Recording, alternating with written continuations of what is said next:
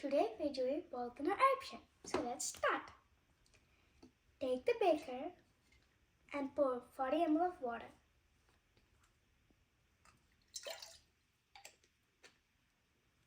And 5 drops of red pigment.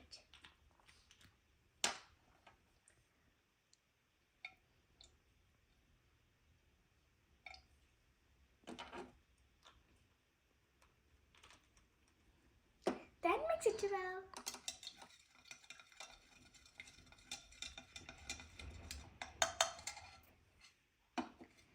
Now take the volcano model and add 5 ml of baking soda.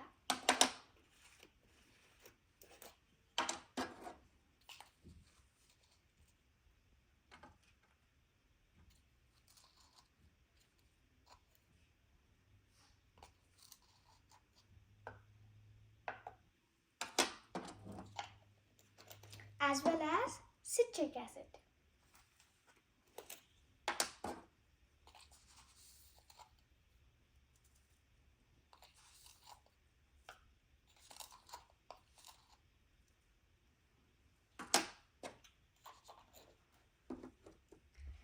Now take the prepared red pigment water and pour into the crater. You don't have to pour so much water, only little water